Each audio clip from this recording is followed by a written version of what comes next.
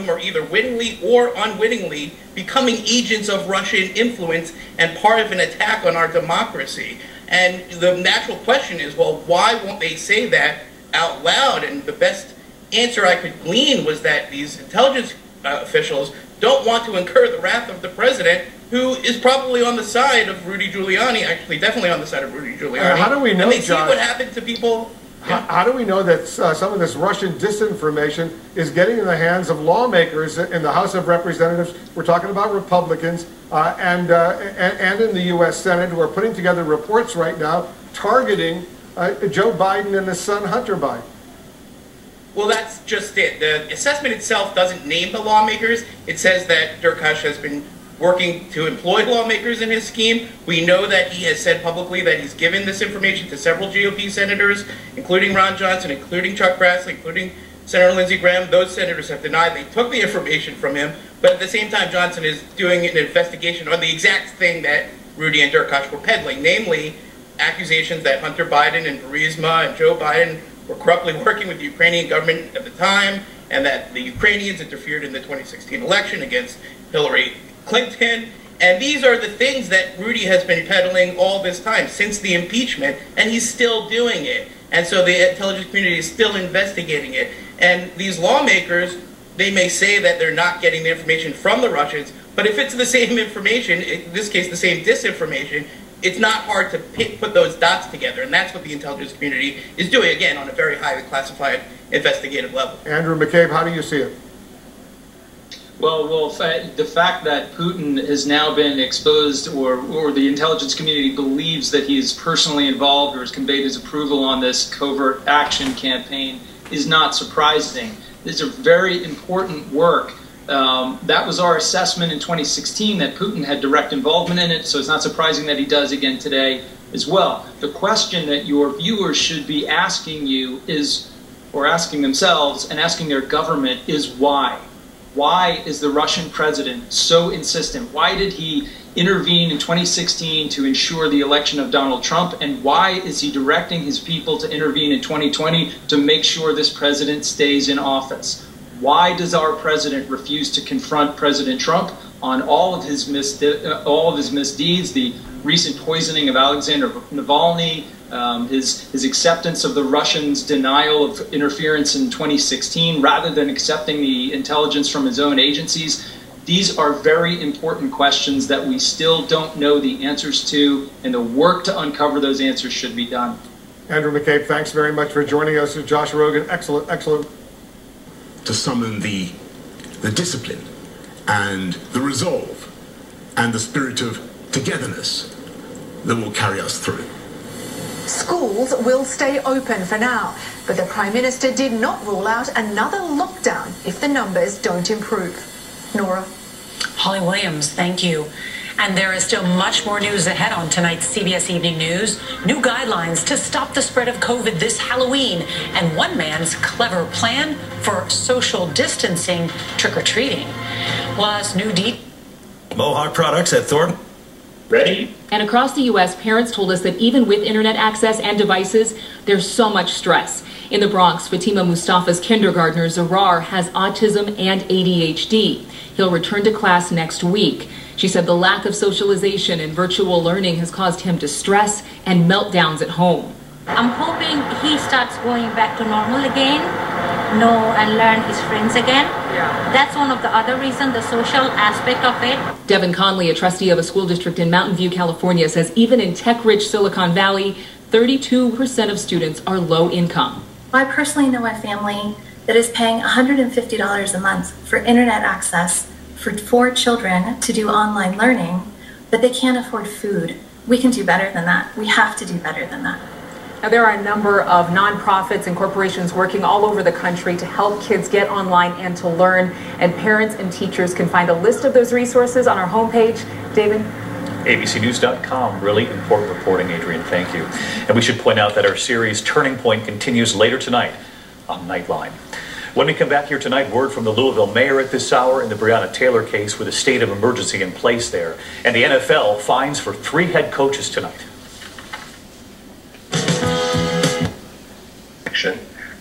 making it uncomfortable for some of those Republican senators who might find themselves either out of a job after Election Day or facing a minority status come January, make it very difficult for them. The core message, though, that I think you're going to continue to hear from Democrats between now and the vote, and maybe even afterwards, is that Republicans went back on their own standard in order to put someone on the court to vote against the Affordable Care Act in the middle of a pandemic. That, I think, is the message that they're hoping will get them some leverage. Yeah. Let me ask you this. If it was a President Joe Biden and a Senate Majority Leader Chuck Schumer, and this appointment, a vacancy, came up 46 days, 44 days from an election, don't you think that they would move forward? Well, I think they never would have changed the standard in the first place back in 2016. Right? The argument that Democrats are making is that the Republicans were the ones who changed the standards, that Republicans were the ones who, Merrick Garland was the first nominee to not be given a vote in an election year. They changed that standard, and so they probably never would have changed it in the first place. But that Republicans are now changing it in order to strip away the Affordable Care Act. Mitt Romney on this issue.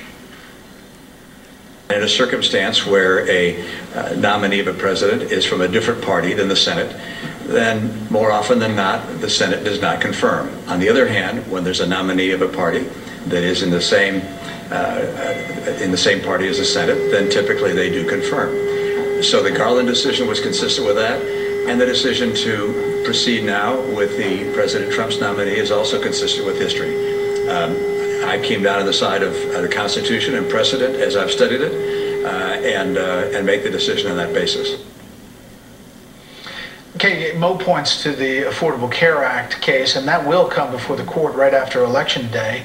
There are a lot of cases that will come before the court, and politics-wise, Democrats, of course, will hit on the health care issue. Plan. Find the right plan for you from And it's been a top issue in elections for years now in terms of health care and Obamacare. But luckily, Republican senators are putting politics aside, as is the president, and doing their constitutional duty to move forward with this nomination.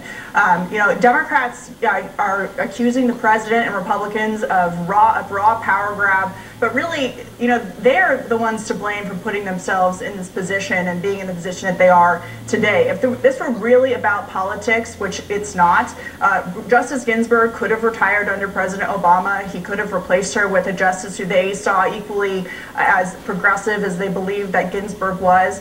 And Mitch McConnell was the one who reminded Harry Reid and warned him that changing the rules on judicial nominations would lead to regret.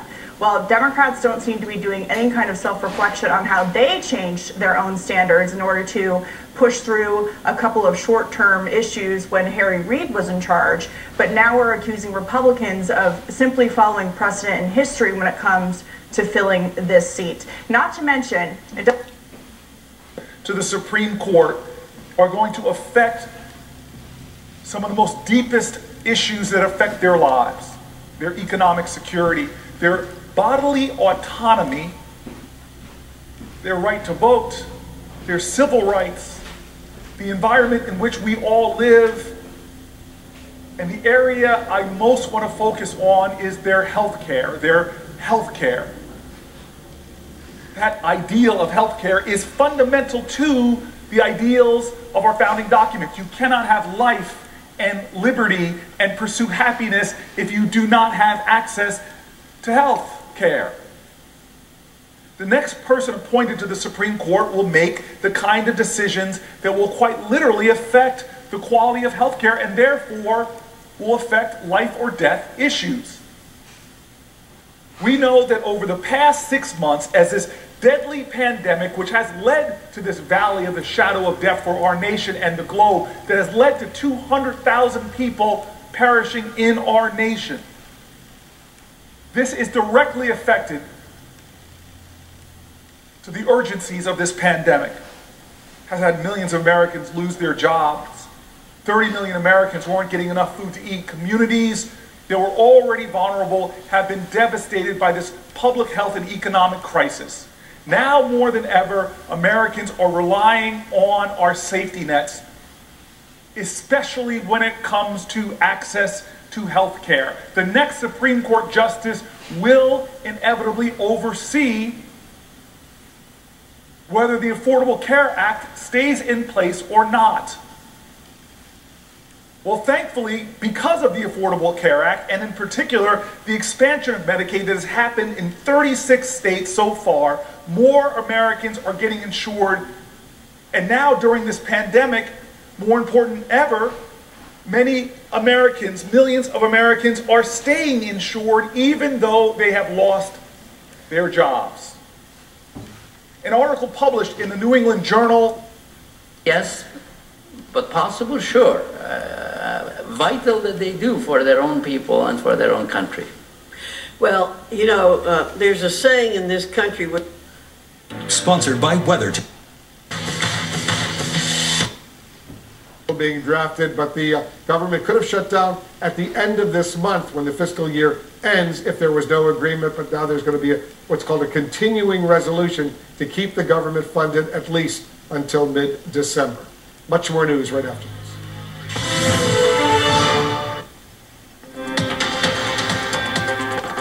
Of September is giving us signs of what to expect in October, coming up on KELO News. % interest for 24 months is more precious than the right to vote. Relevant today since this is National Voter Registration Day. Just 6 in 10 eligible voters turned out in 2016, so there was a push to make today the day to register. At the heart of American democracy is the power of your vote. With 42 days until Election Day, early voting begins the 13th of October. Look at these lines at a Dallas drive-through registration, preparing to exercise that right. It's my first time registering to vote. Texas is shattering records. More than 1 million new voters since 2016. And in Virginia, where early in-person voting began last week, there's already huge turnout. Because as President Eisenhower said, the future of this republic is in the hands of the American voter. Even in a country divided, both parties agree on one thing: don't forget to vote. Please get out there and vote. Celebrities, politicians, and sports teams today were part of an annual campaign. Step up to the plate and vote. Regístrate para votar. And this year, we celebrate the 100th anniversary of the 19th Amendment, giving voting rights to women. And as Susan B. Anthony once said, someone struggled for your right to vote. Use it. There's expected to be record turnout this year. We'll be right back.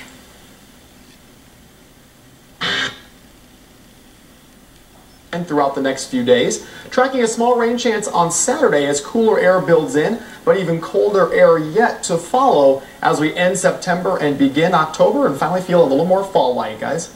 Thank you, Tal. And for the record, Brian, I always appreciate your puns. I didn't want to steal your plunder this time.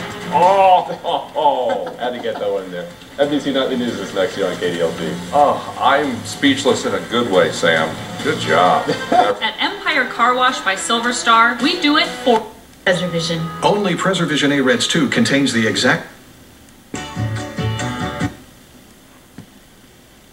Curious if you think it's time to stop hoping for those 4 brave Republican senators.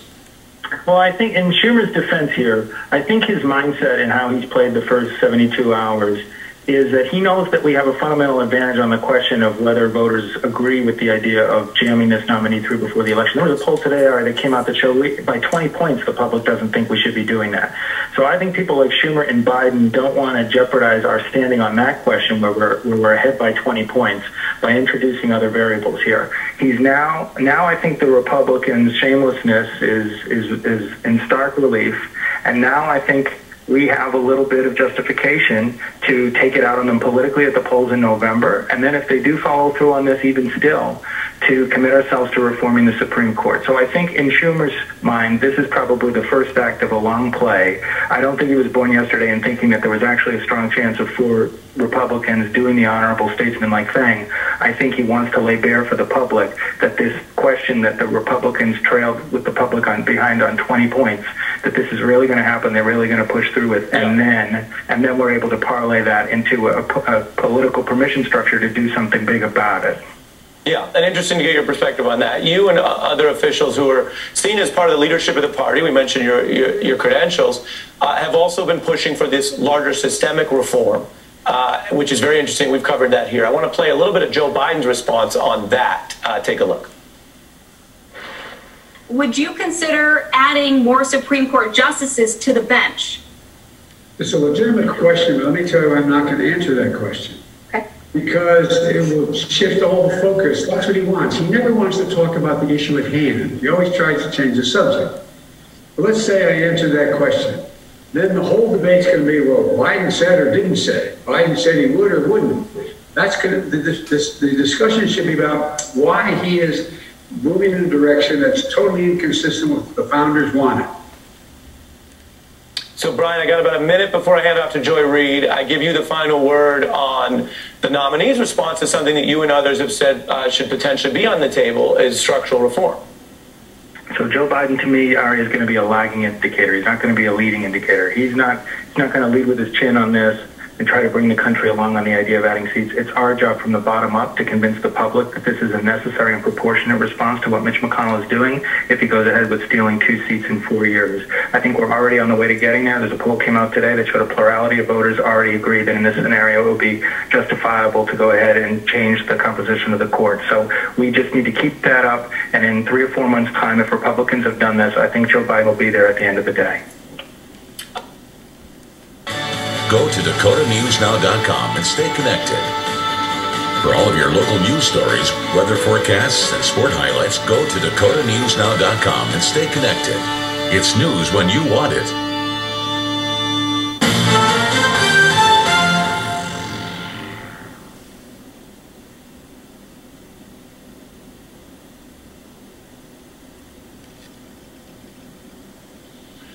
Tonight, the push to confirm a new Supreme Court justice moving full speed ahead. Mitt Romney dealing a blow to Democrats' hopes of keeping the late Ruth Bader Ginsburg seat vacant until after the election. Republicans pushing for a vote on President Trump's yet-to-be-named nominee. The high stakes for everything from Obamacare to abortion, even the presidential election. Also, as the U.S. tops 200,000 COVID deaths, are we already seeing a fall surge? And will there be trick-or-treating this Halloween? The new alert from the CDC. Tropical storm Beta making landfall. Heavy rain up to 20 inches. Roads flooded. Urgent rescues. Al Roker with the new track. The state of emergency declared for Louisville. Buildings downtown boarded up ahead of the decision whether to charge officers in Breonna Taylor's death. New election warning why a top official in a key battleground says 100,000 mail-in ballots could be thrown out. Our NBC News exclusive, the former coronavirus task force member, speaking out what she says the president did that frightened and embarrassed her. Now the White House taking new aim at her. And lights, cameras, back in action when your favorite TV shows could finally return. This is NBC Nightly News with Lester Holt. Good evening. Tonight, 41 days until the presidential election. Senate Republicans appear to have the votes they need to proceed with confirming Ruth Bader Ginsburg's replacement on the Supreme Court. Mitt Romney breaking his silence today, announcing he'll side with his party in moving forward. Democrats calling foul, but with no path to stop it. And President Trump ready to announce his nominee this weekend. Peter Alexander has late details. From Mitt Romney, the only Senate Republican who voted to impeach President Trump, tonight a decision likely to cement the president's legacy on the Supreme Court, solidifying a conservative majority for years to come. My liberal friends have, over many decades, gotten very used to the idea of having a liberal court. And that's not written in the stars. Romney, a frequent Trump critic, now aligning himself with the president's timeline, agreeing to support a vote for President Trump's pick to replace the late Justice Ruth Bader Ginsburg. If a nominee actually reaches the floor, then I will vote based upon the qualifications of that nominee. Senate Majority Leader Mitch McConnell, who will determine the pace of the confirmation process, blasting Democrats for what he calls their outrage and hysteria. What could really threaten our system is if one of our two major parties continues to pretend the whole system is automatically illegitimate whenever they lose. But Democrats are accusing McConnell of hypocrisy after denying President Obama's pick any consideration nearly 8 months before the 2016 election. Sadly, Leader McConnell has defiled the Senate like no one in this generation. And Leader McConnell may very well destroy it. Joe Biden arguing voters should decide. By the time that vote comes up, if it comes up, there will have been close to 40% of people have already voted. It's a violation of the spirit of the Constitution. President Trump is teasing his big reveal this weekend. I would say that I'm very close to making a decision in my own mind, and I'm going to reveal it on Saturday. The president says he favors a quick confirmation, and Lindsey Graham, who chairs the Senate committee responsible for judicial hearings, is already declaring the outcome before even knowing the pick. We've got the votes to confirm the justice on the floor of the Senate before the election. President Trump appears to be zeroing in on at least two top contenders, both federal judges, privately interviewing Amy Coney Barrett for 30 minutes here at the White House Monday, with plans in the works to meet Barbara Lagoa while in Miami Friday. Barrett, a 48-year-old married mother of 7 and a finalist last time, is the favorite among social conservatives. And some of the president's allies are pushing Lagoa, a Cuban-American, spotted outside her home today, who could help the president appeal to Hispanic voters in the crucial battleground of Florida. And Peter joins me now from the White House. Peter, what are you hearing about when a final vote on a nominee could happen, recognizing we don't know who that nominee is? Yeah, Lester, consensus is now forming here that the White House will push the Senate to confirm a nominee before the election. Still, McConnell has made no commitment either way. And acknowledging the undeniable impact of politics on the president's pick, a White House official tonight tells me in some ways the person President Trump chooses will be on the ballot with him this fall. Lester? Peter Alexander, thanks. And while all this plays out, the Supreme Court's new term begins in less than 2 weeks with several high-profile cases. A justice appointed by President Trump will have a profound effect on how they are decided. NBC's Pete Williams has more. A make-or-break challenge to the Affordable Care Act could end up affecting the most Americans. 22 million people now get their health insurance through Obamacare, but a coalition of red states says a key part of it is unconstitutional. Justice Ginsburg twice before voted to uphold the law, and her absence will embolden the law's opponents. But even if a more conservative court finds part of it unconstitutional, it's possible the court will say Congress did not intend the entire law to be tossed out. If the court is leaning that way, it might be especially reluctant to strike down the health care law in the middle of a pandemic with record unemployment. But in Passed during a president's final year if the Senate and the president were of the same political party. Those remarks come after he faced some criticism for his stance when compared to statements he made back in 2016. Thune went on to chastise Democrats on what he calls threats from the other side of the aisle, including eliminating the legislative filibuster. Some Democrats have gone so far as to say that nothing is off the table when it comes to retribution for considering the president's nominee. A particularly insidious and irresponsible threat at a time when political violence is at a high in this country. Madam President, one thing I can say is that Republicans won't be deterred from performing our constitutional role by Democrats' undemocratic threats. South Dakota Senator Mike Rounds released a statement to Dakota News Now saying he, quote, will be prepared to vote whenever the vote is called, based on the merits of the nominee. However, back in 2016, when the Senate did not plan on holding hearings regarding a Supreme Court nominee until after the election, Rounds argued that, quote, this decision will allow the American people to have a voice in the next Supreme Court justice based on how they elect, who they elect as president this November. An annual South Dakota tradition is set to kick off this month. Governor Nome announcing today the state's annual Buffalo Roundup will be held Friday, September 25th. The event coincides with the Arts Festival, which will be held over that weekend. The roundup is free for those who wish to attend. This is the 55th year of the roundup, which the Game Fish and Parks Department says is a critical tool for conservation. Today is National Voter Registration Day. We will be telling you how one South Dakota university is being proactive in getting its students to the polls this November. Hi, Phil. This very warm first day of fall, and it looks like it's going to stay very warm for a couple more days. Details coming up at about 6:15. Thank you, Phil. You can make sure people in our community stay warm this winter by donating to our Coats for All campaign. Drop off any new or gently used items at any Billion Automotive location or the Salvation Army in Sioux Falls, now through October 23rd. We'll be right back. The first alert. COVID do develop symptoms, and most who don't still have as much virus in their noses and throats as someone who's visibly sick. Meanwhile, with Halloween just over a month away, the CDC is recommending against traditional trick-or-treating that could spread COVID across neighborhoods. Instead, recommending pumpkin carving and socially distant costume contests, and perhaps leaving grab-and-go goodie bags for kids who insist on going out. Last night, President Trump again downplayed the risk to kids. Nobody young, below the age of 18, like nobody. They have a strong immune system, but it affects virtually nobody. It's an amazing thing. But in March, the president told Bob Woodward kids are vulnerable. Some startling facts came out. It's not just older young people, to plenty of young people. The nation's pediatricians report more than 500,000 kids under 18 have contracted COVID. While they do have a lower mortality rate, kids can and do spread the virus to their parents, grandparents, and others who are at risk. The CDC remains under fire for posting guidance that COVID spreads easily in the air, then taking that guidance down, saying it was an error. But a former Trump FDA chief suspects more political interference at the CDC. You ruin the credibility of the organization, and you don't get the benefit of the doubt in moments like this if in fact this really was a mistake. Also tonight, the Washington Post reports the FDA will announce tougher standards to approve a vaccine, making it very unlikely one could be approved before Election Day. It's an effort to shore up public support, with many Americans saying they're suspicious of White House efforts to rush a vaccine before the election. Lester?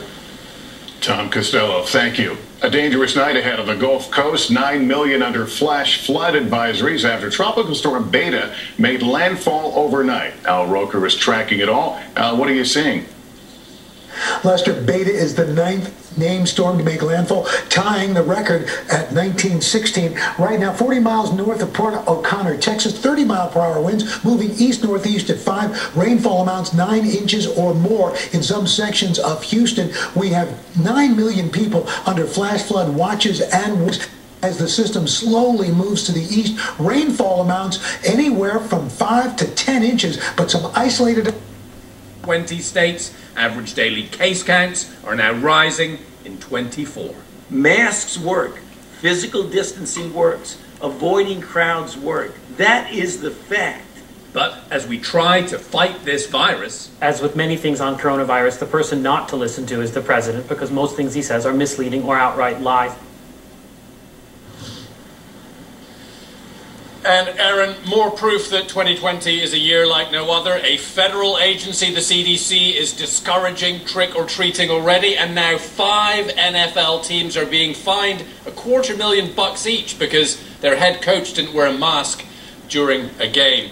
The next milestone is going to be 7 million cases here in the United States, and we might get there this week. Aaron? All right, Nick, thank you very much. I want to go now to Dr. Ashish Jaj. 330-2020. Respond by September 30th, because here in South Dakota, we're counting on you. Because of this, we built the most powerful Ford Explorer ever. Versus Wade. And that is something that is, that outcome is something that is looked upon as intolerable.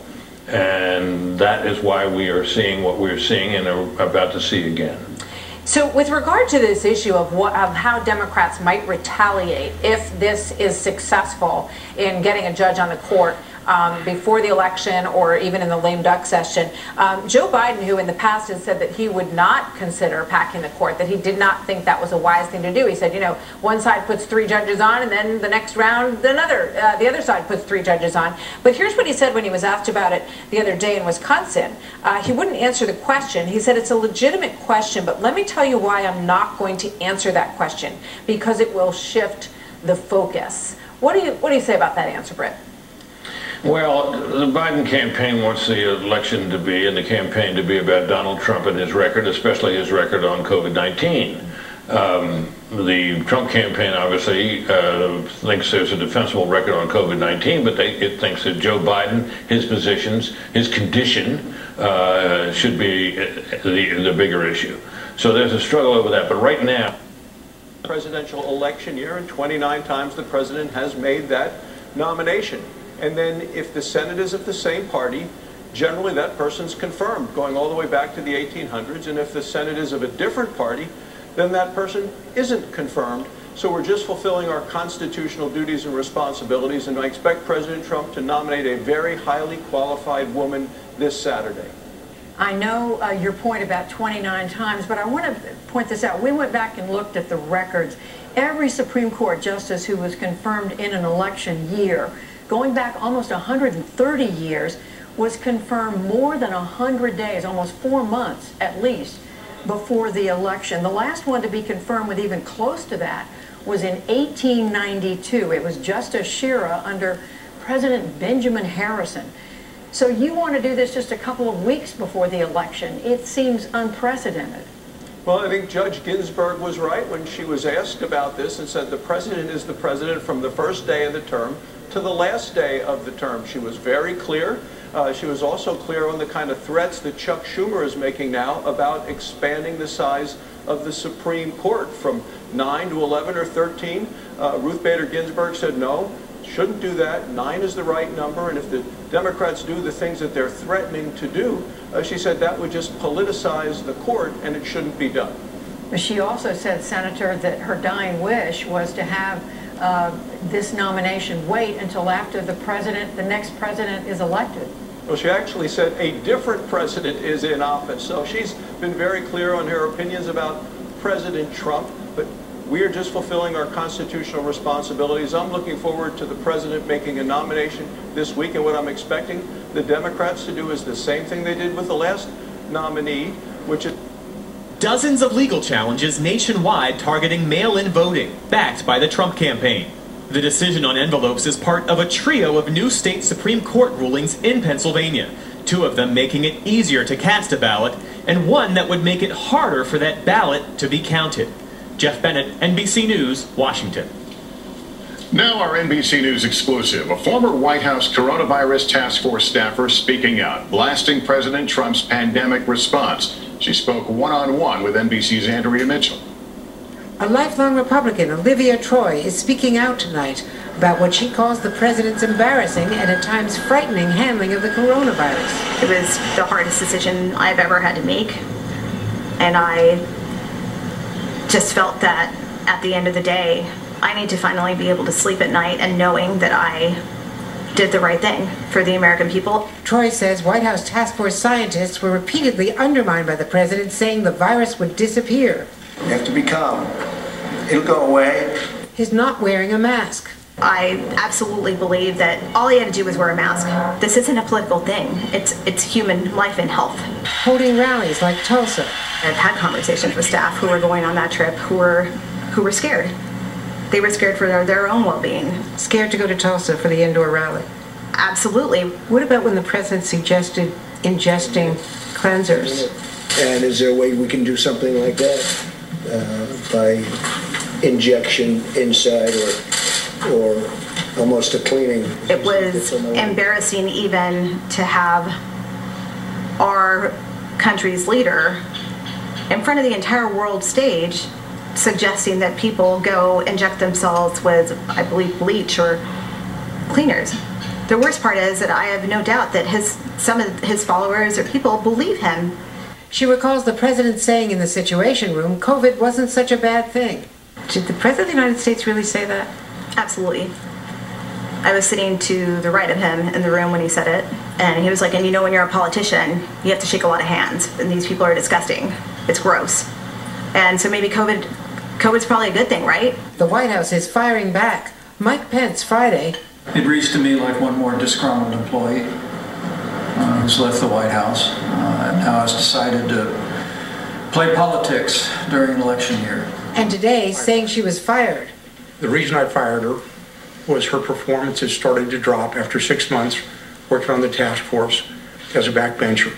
Tonight, Troy tells NBC she resigned in July and was even asked to reconsider and stay, only deciding to speak out 2 weeks ago, increasingly dismayed over political interference with the scientists. And now she has endorsed Joe Biden. Lester? Andrea Mitchell, thank you. Up next, how movies and TV shows are staging a comeback. Yeah. All right. Thank you both very much. You can get 2 of them for just... Back at the White House, we have found out today that is the second day in a row she was there, now emerging as the president's top pick. And Republicans, right now, I've got to tell you, they appear likely to have the votes. So can Democrats do anything about it, or is this a done deal? Plus, more breaking news, the FBI warning tonight. On all Dakota vanities at Menards. This reports Putin himself is probably directing Russia's efforts. And our so-called secrecy envelopes, the hanging chads of 2020. One election official... They served one tour or made a career. Affordable Care Act for millions of Americans. Did the Republicans learn their lesson? No. They decided that if they couldn't win it on the floor of the House and they couldn't win it on the floor of the Senate, they'd win it across the street in the Supreme Court, and that is what this is all about. That is why Senator McConnell has reversed his position, a position which he claimed to be principled, reversed his position on filling a vacancy on the Supreme Court in the last year of a president, and said that he is going to, with determination, fill this seat. Why the chairman of the Senate Judiciary Committee, Lindsey Graham, who is a friend of mine, and I work with him, had to explain to the American people why he reversed his position completely on the Biden to get elected president or the Senate to go to the Democrats, because they are going to continue this train going far to the left, and the driver of the train is not Joe Biden. It's Bernie Sanders, Elizabeth Warren, Ocasio-Cortez. I mean, those are the ones that are really controlling the party. When you saw Chuck Schumer the other night having a press conference, and this is a guy that doesn't like to share the microphone or the camera with anybody, but Alexandria Ocasio-Cortez is with him. That tells you who's really running the Democrat Party today. Well, Senator, I think it's fair to say that's your perspective as a Republican senator from the state of Wyoming. That's not what the Democrats would say, or at least what I hear them saying. But we can continue this conversation another time. Senator John Barrasso, we thank you. Thank you, Judy.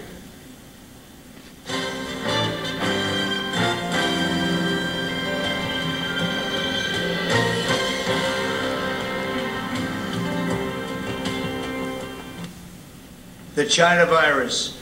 The Chinese government and the World Health Organization, which is virtually controlled by China, falsely declared that there was no evidence of human-to-human transmission. Later, they falsely said people without symptoms would not spread the disease. The United Nations must hold China accountable for their actions.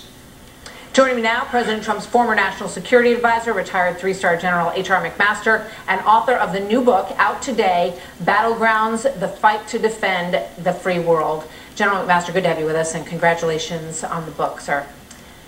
Hey, thank you, Martha. It's a pleasure to be with you. So do you agree with the president when he calls it the China virus, and do you agree when he lays the blame for this virus and the havoc that it has wreaked on our country at their feet? Well, it's accurate to call it the China virus, and I think what's important to know is that the best way to deal with a pandemic is to stop it before it becomes a pandemic at its source. And thanks to the Chinese Communist Party, we couldn't do that. And so this is a virus that's sort of inflicted on the world by the Chinese Communist Party's repression of the truth, repression of the doctors who are trying to warn about it, the news of human-to-human transmission, shutting down domestic travel before they shut down international travel. And so the Chinese Communist Party revealed, I think, its irresponsibility and, of course, the danger associated with its closed authoritarian system.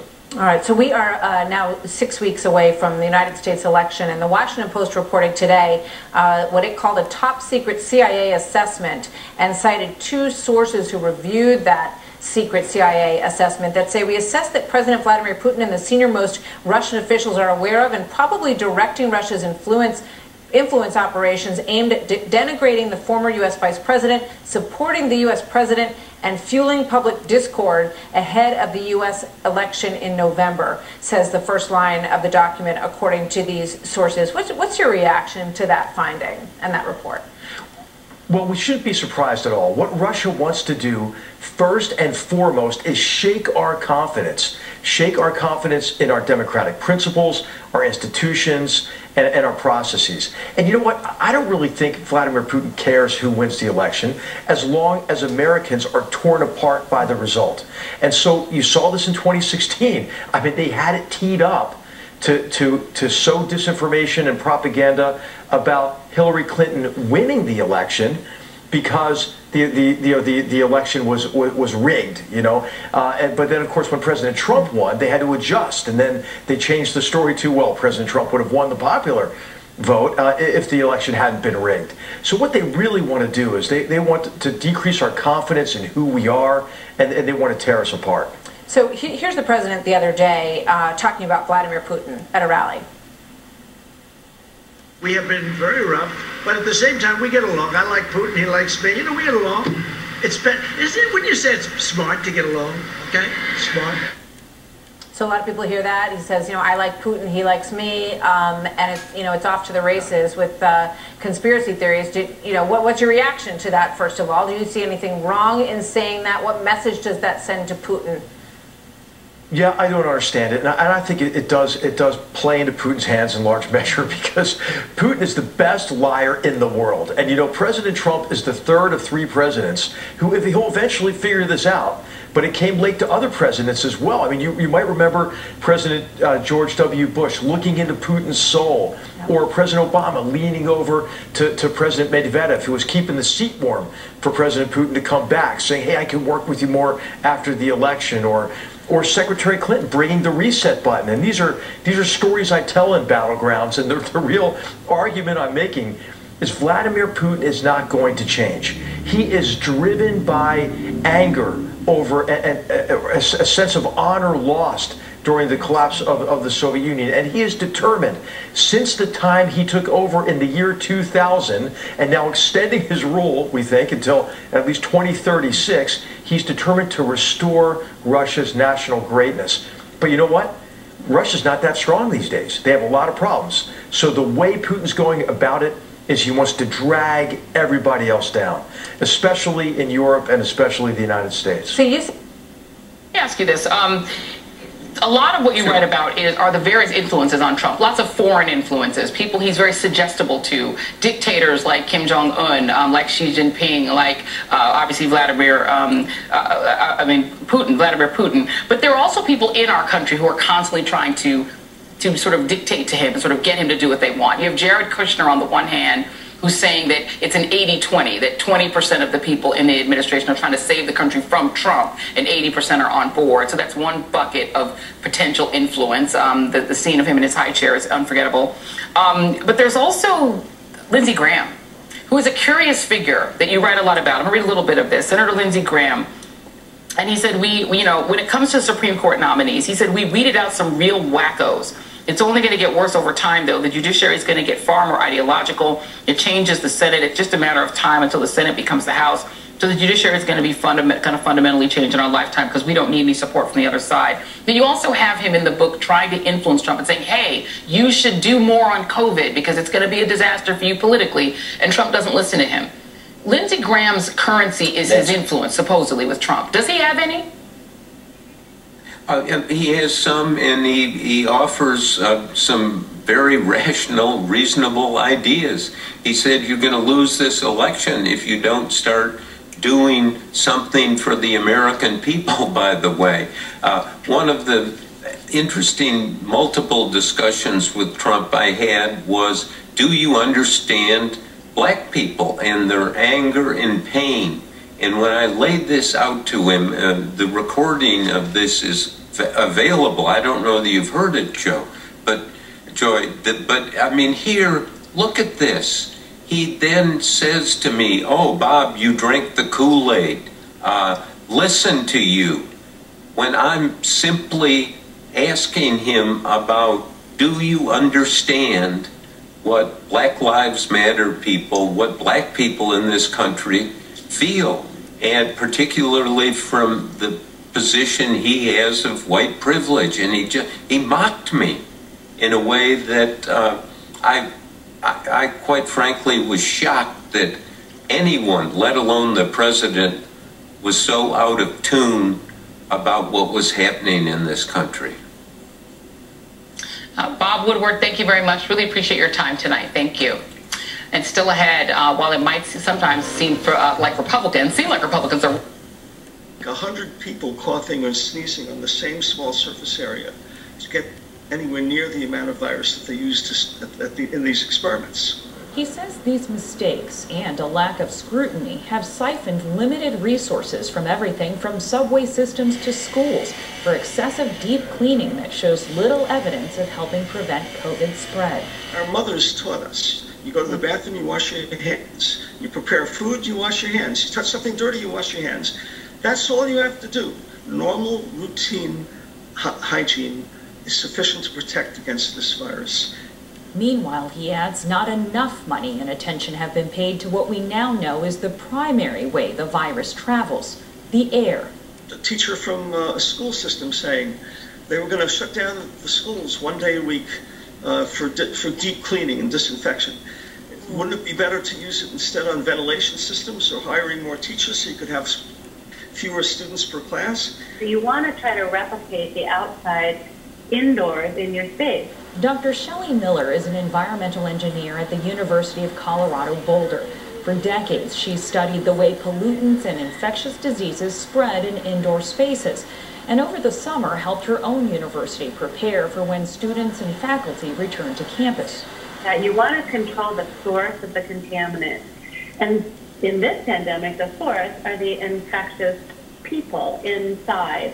And so to control the release of virus, you want to wear a mask, and you also want to be outside of their personal cloud. But some of the virus can potentially leak into the environment, and then you have to clean the environment. And the way to do that is with filtration and ventilation. The simplest way to do that, she says, open a door or window. But in many parts of the country where it's still too hot or becoming too cold to do that, Miller says there are different ways to increase a building's mechanical ventilation and filtration. Here's a basic guide.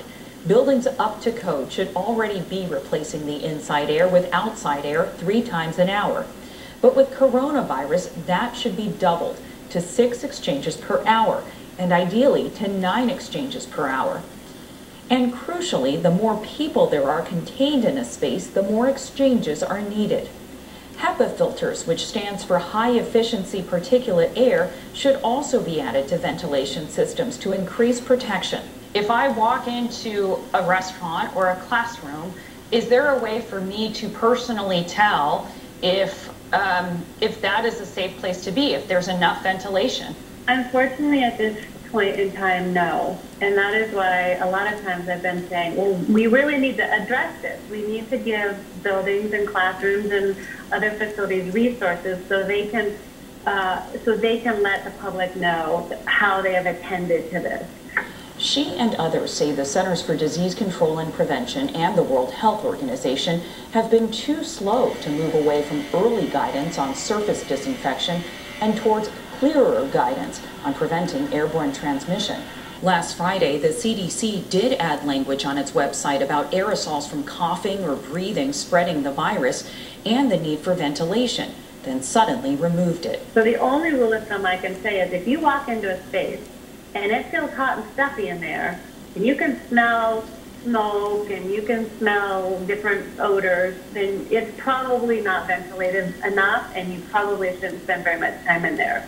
Even portable air cleaners can help, And Dr. Miller and her colleagues have created a guide for schools on these, which you can find on our website. The bottom line, if you're thinking about going back to the gym, to a restaurant, your office, or school, keep washing your hands, keep wearing your mask, and keep social distancing. But don't let those deep cleans fool you. Ask what they've done about the air. The problem is that it's been out there for so long, and as Shakespeare said it the best, what's done cannot be undone. And it's going to be a long time to turn this ship around, if ever, because a lot of people still are operating on these assumptions. For the PBS NewsHour, I'm Stephanie Tsai in Phoenix. For more on what we're learning about just how this novel coronavirus gets inside our bodies, I'm joined now by Dr. Lindsay Marr. She's a professor of civil and environmental engineering at Virginia Tech, and her expertise is in the airborne transmission of viruses. Lindsay Marr, very nice to have you on the NewsHour. Could you help us initially with this a distinction over terminology? People have been hearing about aerosols versus droplets. What do those things mean, and why do we really care about them? Droplets and aerosols are really a kind of opposite ends of a spectrum. They really refer to the same thing, which is a droplet of liquid that comes out of your mouth. And when it's really large and we can see it, we call it a droplet. It flies through the air like a mini cannonball and can land on someone who's close to you, in their eyes, nose, or mouth. Aerosols are just microscopic droplets, and they come out of your mouth or nose, and they're small enough that they can remain floating in the air for quite a while. And those, rather than flying through the air like mini cannonballs, kind of float around like cigarette smoke, and just like that, you can breathe them in. So people have been hearing a lot of different kinds of advice. Given what we're learning now, how should we be thinking about this virus as it circulates in the air?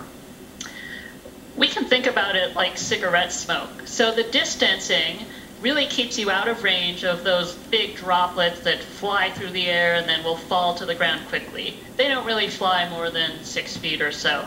But at the same time, for every one of those that you see, there's hundreds or thousands of the microscopic ones, the ones we call aerosols, and those can stay in the air, again, like cigarette smoke. So imagine you're interacting with a smoker. You want to stay as far away as possible from them, really, to avoid breathing in the smoke. The smoke doesn't stop at 6 feet. So 6 feet is a guideline, and it keeps you kind of farther away from the most concentrated part of the smoke, the plume, but it doesn't guarantee that you're not going to be exposed. And I guess, too, that's a useful way to think about it if you're traveling in a car or inside a large room or sitting outside with someone. If I'm directly next to you and you're having a cigarette, I'm going to be sharing in a lot of that. But if you're sitting at a farther distance and it's breezy, that might lessen my exposure.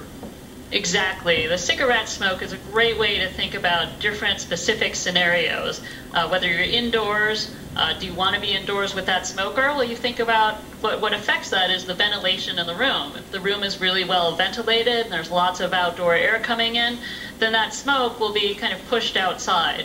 But if the ventilation is poor, that smoke can build up, just like the virus can also build up in the air. And exactly as you suggested, if you're outdoors, if you're really close to someone and you're right downwind of them and there's not much wind, you could end up breathing in a lot of that smoke. But if you kind of move a little bit and it's really windy out, you would greatly reduce your exposure to smoke. As we know, the CDC has been waffling back and forth about exposure, aerosols, droplets. For the layperson, does this going back and forth about their guidance have a real, tangible world effect? The only thing it affects is the guidance on ventilation. So whether it's droplets or aerosols, we still want to wear masks, we still want to maintain distance, because masks and distance help reduce our exposure to both droplets and aerosols.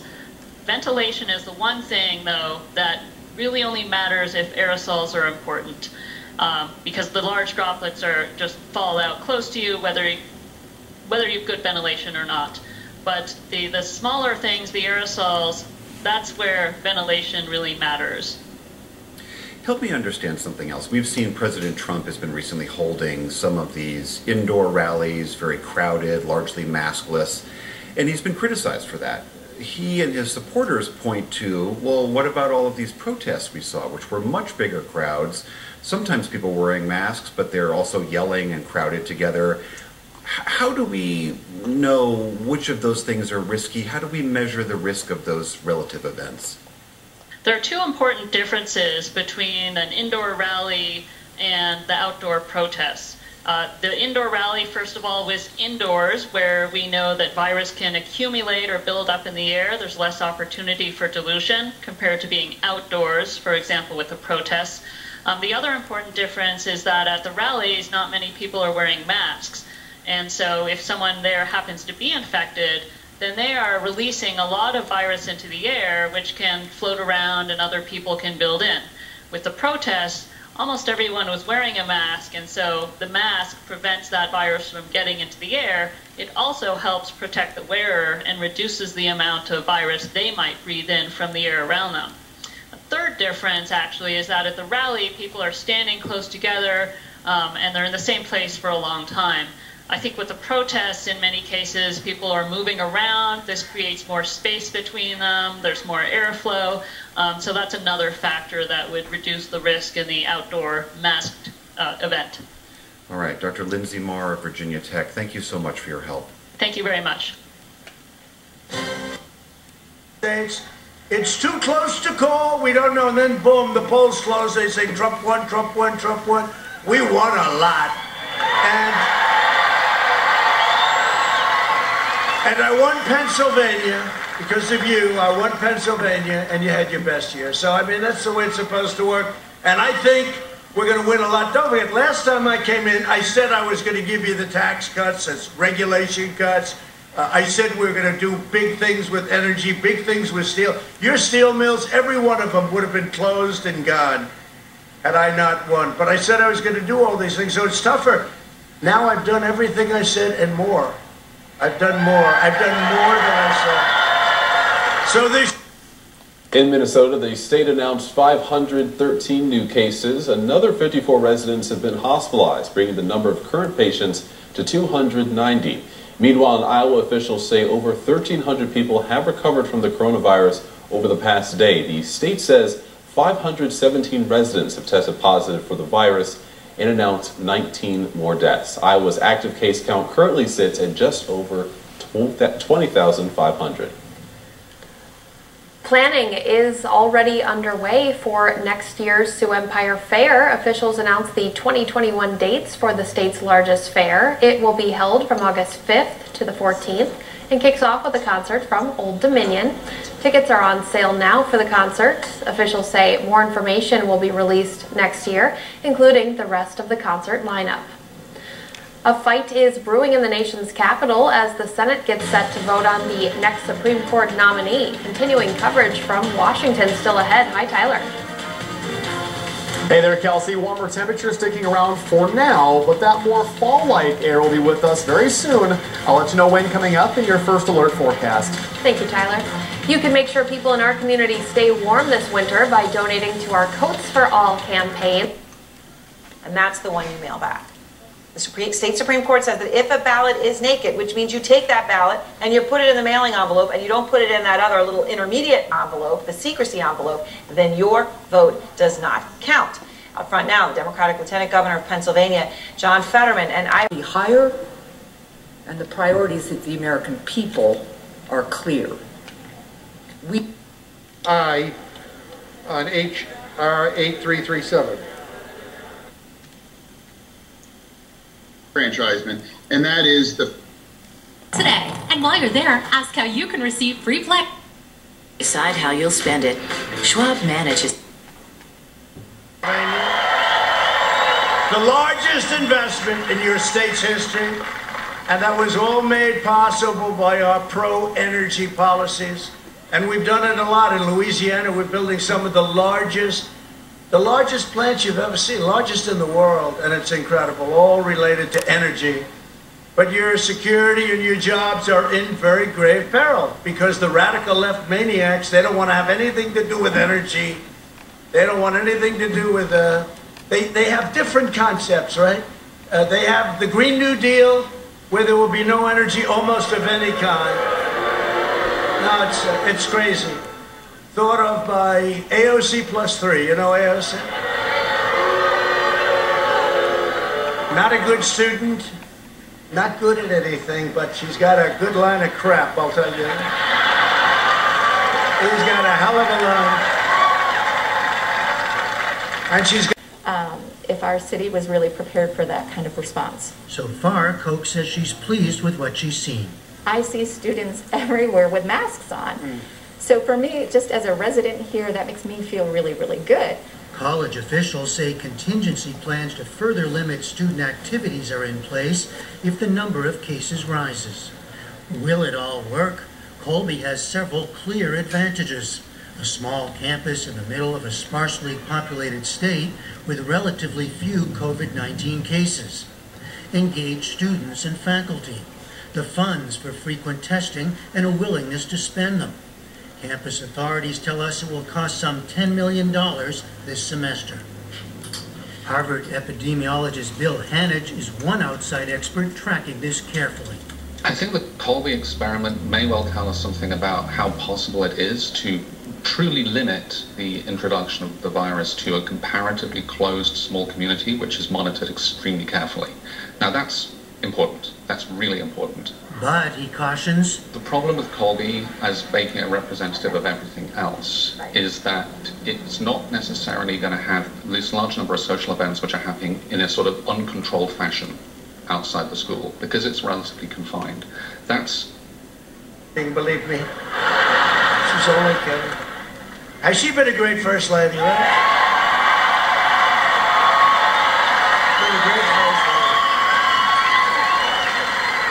lady. And very popular. She's really done a great job. And It counted all because of a minor technicality. Donald Trump won the state in 2016 by just 44,000 votes. And joining me now is Neil Katyal, former acting Solicitor General and MSNBC legal analyst. So Neil, let's just get right into that. The Pennsylvania Republican Party wants to appeal this case all the way to the Supreme Court, which of course now in this era is a scary prospect. But the sound was phenomenal, okay? It sounded like a Penn State football game, like a Steelers football game. You know?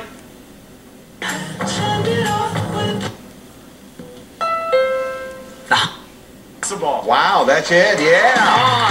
Woo, there.